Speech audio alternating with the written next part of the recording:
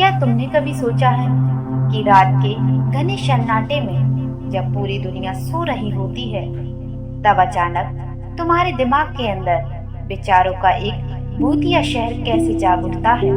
तुम बिस्तर पर अकेले लेटे होते हो, शरीर पूरी तरह थका होता है, लेकिन तुम्हारी आंखों के पीछे गुजरे हुए कल की कड़वी यादें और आने वाले कल का एक अनजाना सा डर किसी गहरी साजिश की तरह तुम्हें घेर लेता है।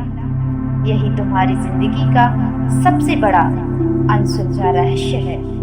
तुम्हारा अपना यह मन, एक ऐसा अदृश्य साया जो तुम्हारे ही अंदर रहकर तुम्हारी ही ऊर्जा को चुराकर हर पल तुम्हारे खिलाफ तनाव का चक्रव्यूह रचता रहता है। मेरी बात को बहुत ध्यान से सुनो। आज मैं तुम्हें कोई किताबी ज्ञान या लंबा चौड़ा लेक्चर नहीं दूंगी। मैं तुम्हें दोस्त की तरह वो प्रैक्टिकल तरीका सिखाने वाली हूँ जिससे तुम अपने इस भागते हुए दिमाग को हमेशा के लिए शांत कर सको। जब तुम रात को बिस्तर पर लेटते हो ना, तो पूरा कमरा शांत होता है, लेकिन तुम्हारे इस छोटे से दिमाग के अंदर एक जंग चल रही होती है। पुरानी बातें, भविष्य का डर, उसने मुझसे ऐसा क्यों कहा, अगर मैं लाइफ में फेल हो गया तो मेरा क्या होगा। इसी को हम ओवर थिंकिंग और मानसिक तनाव कहते हैं। आज मैं तुम्हें शास्त्रों के वो गुप्त और बेहद ही आसान नियम सिखाने वाली हूँ, जिन्हें समझकर तुम अपने विचारों के मालिक बन जाओगे। सबसे पहले अपने दिमाग से यह बोझ हटा दो कि तुम्हारे साथ कुछ गलत हो रहा है, क्योंकि हमारे मन का स्वभाव ही है भागना। हजारों साल पहले गीता में अर्जुन ने भी भगवान श्री कृष्ण से यही रोना रोया था कि हे केशव, इस हवा को मुट्ठी में कैद करना शायद आसान है, लेकिन इस मन को रोकना मेरी बस की बात नहीं है।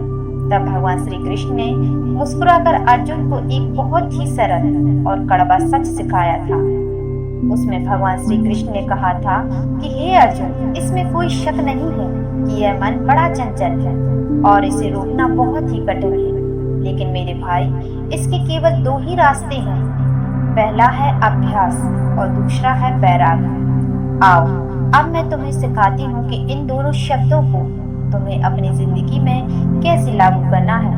दौड़ते हुए घोड़े जैसे इस मन को अचानक ब्रेक नहीं लगाया जा सकता। इसके लिए तुम्हें रोज ये 3 छोटे छोटे अभ्यास करने होंगे जो मैं तुम्हें सिखा रही हूँ। तो पहला अभ्यास है सांसों का लंगर।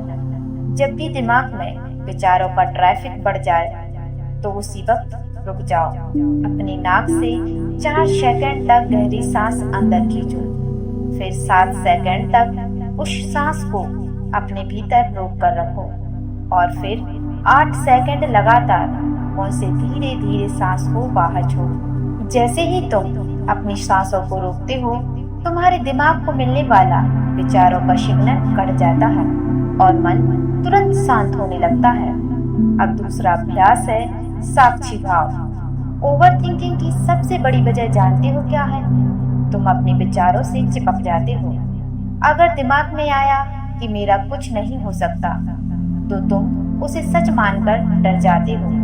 तुम्हें अभ्यास यह करना है कि अपने विचारों के सामने एक दर्शक बनकर बैठ जाओ। सोचो कि तुम्हारा दिमाग एक सड़क है और तुम्हारे विचार उस पर चलती हुई गाड़ियां हैं।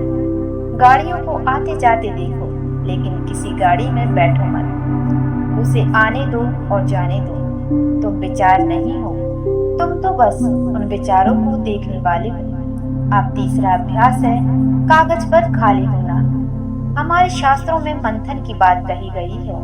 जब मन बहुत भारी हो तो एक कागज और पेन उठाओ और जितना भी कचरा तुम्हारे दिमाग के अंदर है, जितना गुस्सा, जितना डर तुम्हारे दिमाग में चल रहा है, उसे बिना सोचे समझे कागज पर लिख दो। जब वो विचार दिमाग से निकलकर कागज पर आ जाते हैं तो दिमाग रिलैक्स हो जाता है। इसके बाद उस कागज को जला दो या फाड़ कर फेंक दो। अब आते हैं भगवान श्री कृष्ण के दूसरे जादुई शब्द पर, जो है वैराग्य। बहुत से लोग वैराग्य का मतलब समझते हैं कि सब कुछ छोड़कर जंगल में भाग जाओ, बल्कि इसका मतलब यह नहीं है। गृहस्थ में भी रहकर वैराग्य का सीधा और सरल मतलब है कि जो चीजें तुम्हारे कंट्रोल में नहीं है उन्हें छोड़ देना। तुम्हारी ओवर थिंकिंग की 50% वजह पता है क्या है? कि तुम उन चीजों को कंट्रोल करना चाहती हो जो तुम्हारे हाथ में है ही नहीं। तुम कल की चिंता कर रहे हो, तुम दूसरों के बर्ताव को बदलना चाहती हो। वैराग्य का सीधा सा सरल मतलब है कि सुबह उठकर खुद से एक बात कहो, मैंने अपना कर्म पूरी ईमानदारी से कर दिया है। अब परिणाम जो भी हो वो उस परम पिता परमेश्वर की मर्जी पर। जब तुम नतीजों की जिम्मेदारी भगवान को सौंप देते हो तो तुम्हारे कंधे से एक बहुत बड़ा बोझ उतर जाता है। इसी को शास्त्रों में कर्मण्यवादी का रस्ते माँ फलेषु कदाचन कहा गया है। जब तुमने फल की चिंता ही छोड़ दी तो फिर तनाव कैसा? अब एक और बहुत जरूरी बात सीखो जिसे आज की पीढ़ी पूरी तरह भूल चुकी है। जैसा अन्न वैसा मन। हमारे शास्त्र और आयुर्वेद कहते हैं जो तुम पेट में डाल रही हो वही तुम्हारे दिमाग में विचार बनकर घूम रहा है। अगर तुम बहुत ज्यादा चाय, कॉफी, तीखा या बासी खाना खाओगे तो तुम्हारे शरीर में अशांति बढ़ती है। आज का साइंस भी मानता है कि हमारे पेट में एक सेकंड ब्रेन होता है। अगर हमारा पेट अशांत रहेगा तो हमारा दिमाग भी कभी शांत नहीं हो सकता।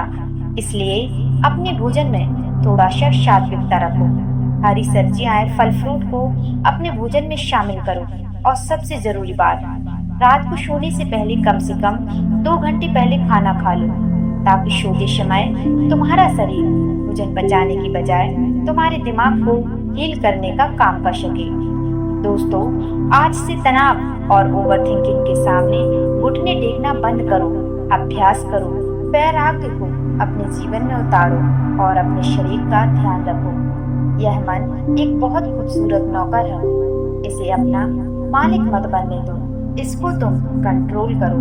अगर तुम भी असीम शांति का अनुभव करना चाहते हो तो वैराग्य को अपने जीवन में उतारो और अभ्यास करो। अगर तुम्हें यह वीडियो पसंद आई है तो इसे ऐसे 3 लोगों के साथ जरूर शेयर करो जो कि ओवर थिंकिंग और मानसिक तनाव के शिकार हैं।